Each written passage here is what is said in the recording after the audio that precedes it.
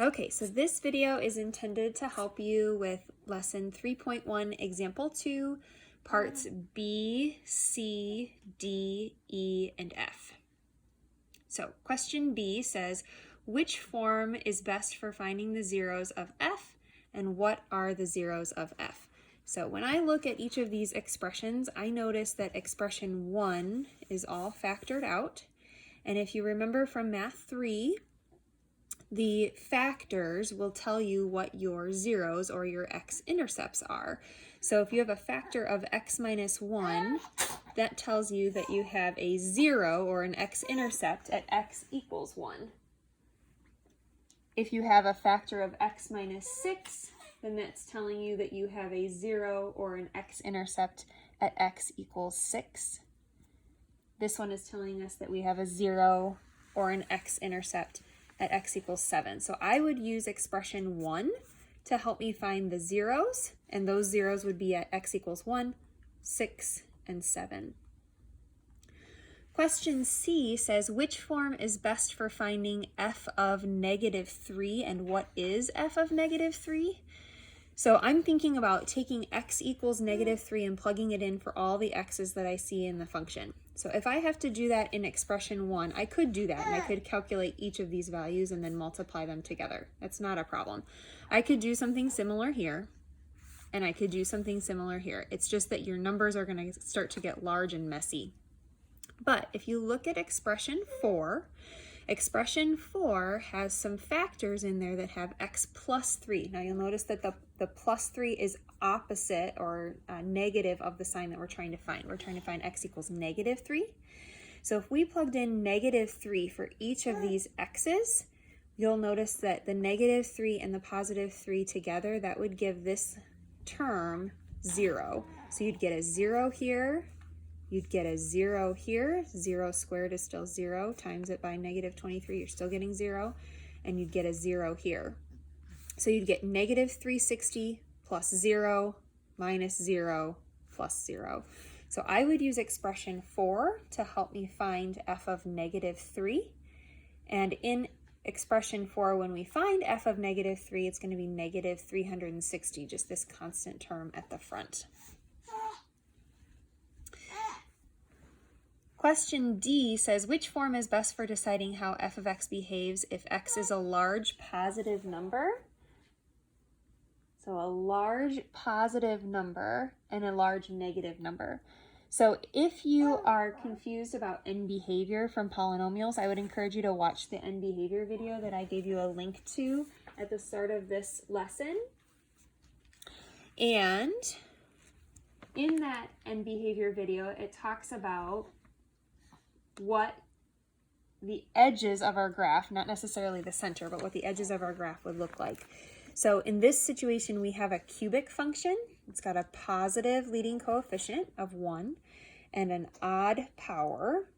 And so the end behavior for this graph, if you're looking at expression 3, your end behavior is going to look like this. And you might have, it might do some crazy things in the center. We don't really know. This is kind of the big gray area right now. You might be starting to put some of those pieces of the puzzle together as we're looking at each of these examples. It might do something like this, or it might go up and down. Who knows? But for sure, on the left-hand side, it's going to go toward negative numbers, and on the right-hand side, it's going to go up toward positive numbers. So for x as large positive numbers, f of x is going to be positive. And for large negative numbers, you're going to have f of x being negative. Question E asks, which form is best for estimating the outputs of f for very small inputs, and can you estimate without a calculator? And I gave you the example of f of 0.000001. So when we think about very small x values, we're talking about things that are going to be very close to that y-axis. So we're kind of talking about what that y-intercept is going to look like. So if it were me, I probably would take a look at expression 3. There's a couple different ways you can do this, but I would take a look at expression 3.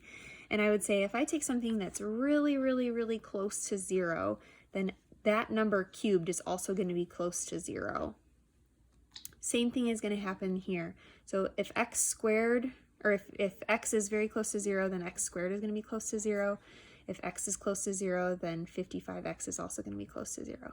So for numbers that are close to 0, you're going to have an f of x value that's close to negative 42. Another expression that you could look at would be expression 5 here. And so you'll notice that in expression 5, you'd get something that's very, very close to 0 here out front. And each of these terms, when you are dividing by something that's very, very small, it makes that term actually get very, very large. So you're taking something that's very close to 0, and you'll notice that it's going to get close to 0, large, even larger, even larger. So this last term is the one that sort of takes over, and that's where that negative 42 is coming from. So negative 42 is our y-intercept in this situation. Question F asks you to sketch a graph without using a graphing device. So we're going to basically be putting everything that we've looked at now all together. All right, I'm going to get myself some sort of fake graph paper here.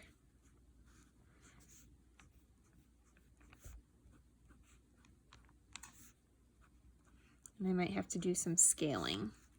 So we were just talking about how the y-intercept is going to be about negative 42, or it's going to be at negative 42. So I think for my y-axis, I'm going to go by tens. So negative 10, negative 20, negative 30, negative 40. So here's my y-intercept at negative 42. And then for my x-axis, I think I'll go by ones. We talked about in this first expression how we have an x-intercept at 1, 6, and 7. So 1, 2, 3, 4, 5, 6, and 7.